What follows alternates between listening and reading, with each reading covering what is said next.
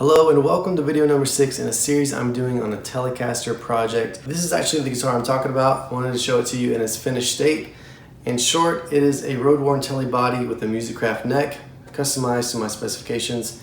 So it's got some light relicking on it, tasty in my opinion. It's lightweight, 6.5 pounds. And of course, if you're interested in all the previous videos leading up to this one, be sure to check out the playlist that I put together. You can find that playlist by clicking up here on the eye in the upper part of the screen. So this video is going to focus on the process of spraying the neck from bare wood to completed. Not too long ago, I did a Stratocaster project or a parts caster, and when I sprayed the neck of that guitar, I used this from Stuart McDonald. It's Vintage Amber. It's an aerosol nitrocellulose tint. As a reference, here's that guitar, and hopefully you can see the color of that neck. It's got some worn out spot on the back that I actually did myself on purpose. Yes, I know some people hate that, but I like it. It feels nice and worn in and easy to play. But I really want to show you the color of this neck. It's a little bit orangey, a little bit more orangey than the other color I'm going to show you right now. So when I decided to do my Telecaster project, I figured I would use something a little bit different. So what I went with this time was aged clear, still from Stuart McDonald, still an aerosol can and nitrocellulose tint. And just for good measure, here again is that guitar. I went a little bit heavy and dark on this neck.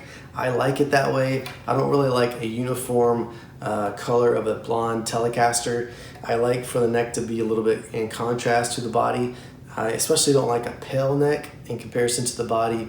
It reminds me of a Squire Affinity or something like that. I'm not saying anything bad about those guitars, but the fact is they're cheap guitars, they're inexpensive, and you kind of get what you pay for. And of course they spare expenses on those guitars. They do things as inexpensively as they can, and so they probably don't pay much attention to the tint of the neck. So like I said, I had these two colors in my possession, and I wanted to try this aged clear. So what I did, and I'll show you a little clip of this now, is I took a piece of scrap wood outside where I could get some spray on it, and I took each of these cans as sort of a sample of each one, and I sprayed this scrap piece of wood just to kind of see the comparison of the two against one another and against the actual bare piece of wood. And what I found out was that the aged clear that I had just bought, the newest can, actually didn't spray as well as the Vintage Amber, the older can that I had from Stuart McDonald. And they actually had two different nozzles. Now I don't know what I did with the other nozzle, but the original nozzle looks like this, if you can see it. It's sort of a plain Jane, typical as you would expect of an aerosol can. This one, which I've lost, it came with the black nozzle. It was a little bit fatter and more rounded, flatter I guess you could say, so you could get more of the flesh of your finger on it I guess. I'm assuming it was supposed to be an improvement. Maybe I got a bad one. It didn't spray horribly, but it was just a little bit sputtery as it sprayed and not uniform. So I ended up ditching the new spray nozzle and went with the old one. I just switched them over on the cans. So back to the little comparison scrap piece of wood that I had. I don't really show a close-up of it, and I'm sorry about that, but you can see the difference. The aged clear is more of a brownish color, and the Vintage Amber is definitely more of an orangey color. Now you can go as heavy as you want on either of these and change the color a little bit. I will say that the Vintage Amber goes on really orange really quickly. I found that out with my Strat. Thankfully I didn't go too heavy because I could tell as I did it that it was going to get really orangey, and I was able to get the color I wanted. With the aged clear, and I'll go into a little bit more of this later on in the video, it actually went on fairly lightly, and I felt like I had to put a lot of coats on to achieve the color that I wanted. And I was kind of unsure, I was kind of wishy-washy on whether it was dark enough or not, and whether I needed to apply more coats. But speaking of coats, let's go ahead and get into the process of how I actually finished the neck. So the resources that I used, because I didn't come up with this on my own, was Stuart McDonald, which of course I got the spray cans from, at least the tint coats, and rewrench.com. You know, if you go online and visit guitar forums, people are talking about finishing or refinishing guitars, or building guitars. A lot of times people will reference rewrench.com. I think Rewrench actually sells nitrocellulose and different color cans themselves, but they have a pretty good web page sort of detailing how to finish a neck. The goal of the page is actually refinishing a neck, so they discuss stripping the neck of its current finish and getting prepared for a new finish. But with mine, it was a raw neck, and I was kind of starting from scratch. So step number 1 is to sand your neck. You want to make sure that it's sanded to about 220 or 320 grit sandpaper.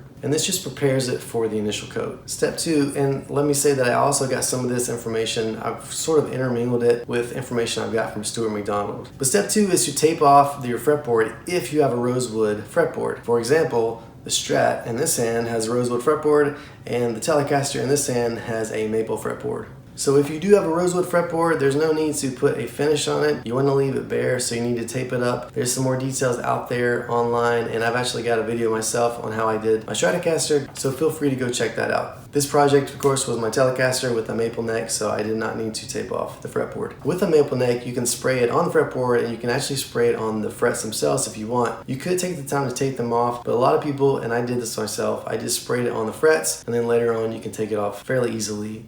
That is if you do it within a reasonable amount of time. I'll show you in a later video that I'm going to do how I ended up taking the nitrocellulose off the frets of my Telecaster. It was a little bit more work than I thought because I waited too long and it got kind of hard on there, but I'll show you that later. But the short of it is, it's pretty easy to take the finish or the nitrocellulose off the frets once you're done. And so you can spray over them no problem. Okay, so step number 3 is to clean the neck. You want to take naphtha or something like paint thinner and just go over the neck. Make sure you get off any kind of sawdust that's left over from sanding or any kind of maybe oils or dirt that's on the neck. You don't want to get any oils on the neck before you spray it, that's for sure. And so if you have a raw neck, try to handle it with clean hands or maybe even with gloves. But make sure you clean the neck before you actually start spraying it. Step number 4 is to actually hang the guitar neck on something. So you could possibly lay it flat and do one side at a time, but you'd have to let each side dry as you do that. So most people end up hanging the guitar neck from something and spraying it that way. So as I'm talking, I'll show you a video about how I went about this. I'm actually in a different house than I was when I had my Stratocaster project. When I did that project, I had a pretty good spot outside where I could hang the guitar neck up and spray it. So in this house, I don't have that. And so what I did was sort of put together a makeshift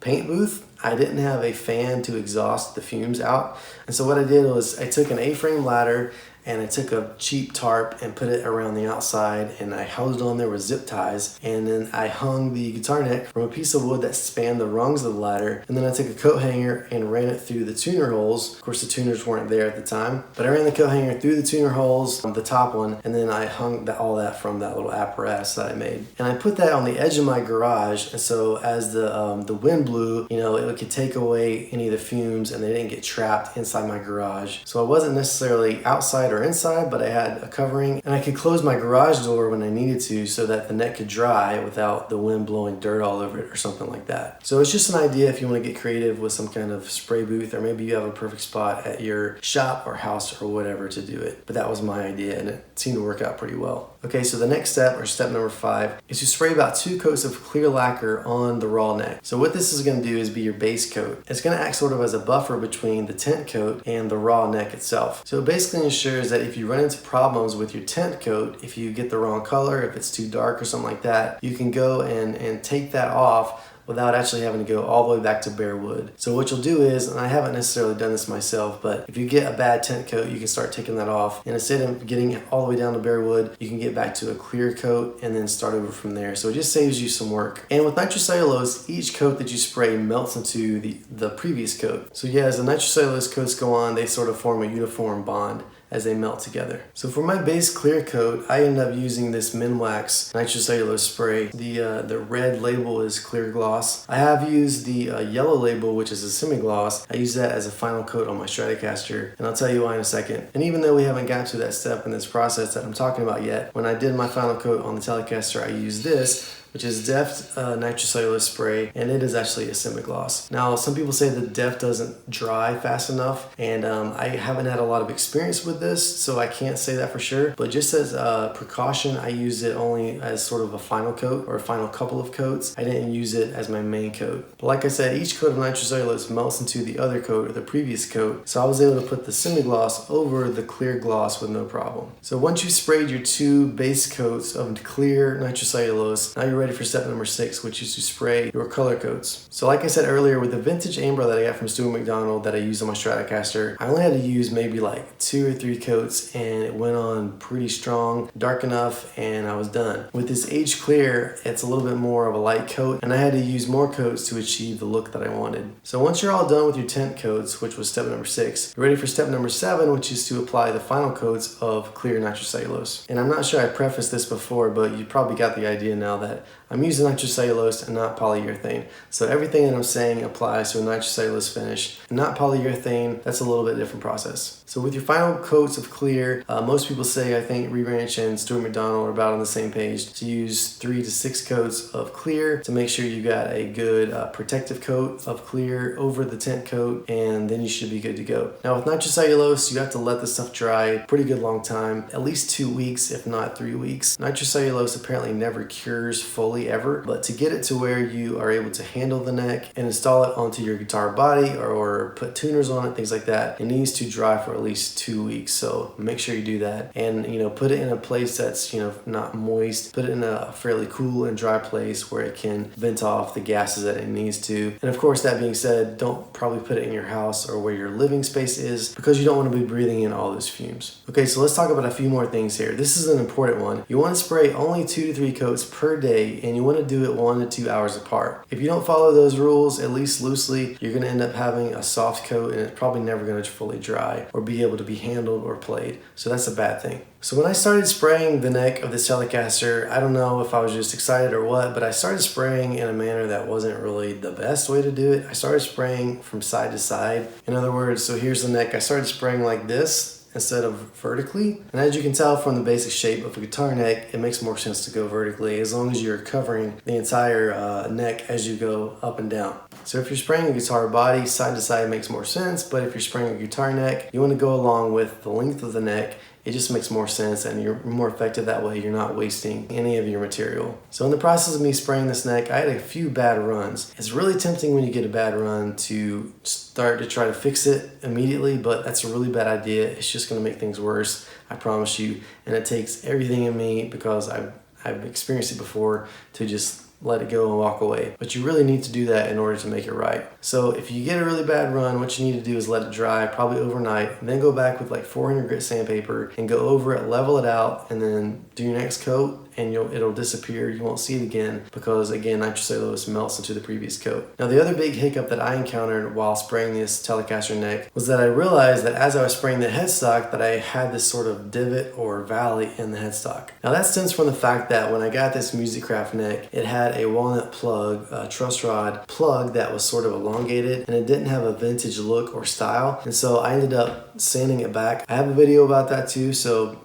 check it out if you want. But when I did that, unbeknownst to me, and I should have had an idea, but I had sort of a valley right in that spot where I sanded it back. Now that valley was really revealed as I started putting on the tint coat. It stood out, and I realized that I was not going to be happy with it like that. So I had to go back and totally strip the headstock on the face of the front face of the headstock. I had to go back to bare wood and sand it down until it was flat. I took a sanding block and I went on the headstock and just sanded down until I saw that valley disappear. Now thankfully, and sort of a saving grace, on a guitar neck you have a nut that acts as a dividing line. So I was able to strip back the headstock face with no problem. What I did was I ended up taping up the fretboard itself at the nut. When I needed to go back and put my clear coats on again, I went through the process, the steps all over again. I put on my clear coats as a base, then I started putting on my tint coats to match the rest of the neck that I had already sprayed. And I'll show you a picture. Actually, I think I taped at the first fret, but the frets act again as a dividing line. So I taped from here down, and I was able to spray again and blend in the tint coats and match. And thankfully it turned out uniform. So like I said, it's tempting when you run into a problem spraying to get mad and just throw your neck across the room or your spray can or whatever. I've definitely been tempted to do that. But you really just need to take a deep breath and walk away and think about it, and then return to it later on when you've had some time to breathe and to calm down. So take it from me, I had to strip the entire face of the headstock, and it still turned out okay. Okay, so I did not wet sand this guitar neck. As I've talked about, this is a relic guitar. It's not a heavy relic like my Stratocaster is, but it is relic. And of course the back of the neck, I stripped down the middle part to make it look worn down and to give it more of a broken in feel and a smoothness to get rid of the stickiness. But that being said, in my case at least, I did not need to go back over it and make it a gloss or a mirror finish. It needed to look worn in and old. So that again is why I use a semi-gloss nitrocellulose as a final coat, because it gives me the ability or allows me to not have to wet sand. And I've tried wet sanding. You can see a couple of my Strat videos where I wet sanded many times and it turned out horribly. If I can help it, I never want to wet sand again in my life. It was that bad of an experience. But doing vintage style guitars or worn in or relic guitars, you can kind of skip that process and it's nice. So this is an important point too. With the spray can, when you're talking about coats, it doesn't necessarily equate to one pass. Generally speaking, from my research and my experience, with a spray can or an aerosol can, you really need 2 to 3 passes to make a coat. That's something that you could easily miss, and actually when you do your coats, you could think you're really getting a solid coat by going over it just one time, but you're really not. So please be aware of that. If you're using spray cans, one pass does not necessarily equal a coat. I don't know him personally, but I've seen a lot of his videos. Brad Angrove has a lot of videos out there on spraying using different types of spray, polyurethane, nitrocellulose, using different methods and means, aerosols and things like that. So go check out some of his videos, they're really good. And one last thing I want to mention, you may have thought about this before, I know I did. How much weight does paint or a clear coat actually add? So as a matter of fact, I weighed the guitar neck before I put anything on it, and then I weighed it again after all the coats were on it, and of course before the tuners were on there. So the bare bones weight of my Musicraft neck was actually 1 pound and 2.6 ounces, or 1.1625 pounds. So when I was done spraying it, the end weight was 1 pound, 2.7 ounces, or 1.16875 pounds. That's a difference or a delta of 0.00625 pounds, or 1 ounce, which equates to 0.00625 pounds, or if you want to think about it this way, it's 1/160th of a pound. So it's very minuscule weight added with a clear coat or paint of any kind. Unless you're going really heavy, it's not going to make much of a difference at all. So if you're thinking about stripping your guitar down and taking off some of the paint just to make it lighter, it's probably not going to make that much of a difference. Alright, that's it for this video. As always, thanks for watching. Be sure to check out the rest of the playlist on this Telecaster and some of my other videos if you're interested. Be sure to subscribe and like and click the notification button. All the good stuff that you always hear on YouTube, I'm saying it too. But sincerely, thanks for watching. We'll see you again in the next video. Step 2. And there's a fly in this room, so if you hear it zoom by the camera, you'll know that's what it is. And so what I did is I built rungs of the ladder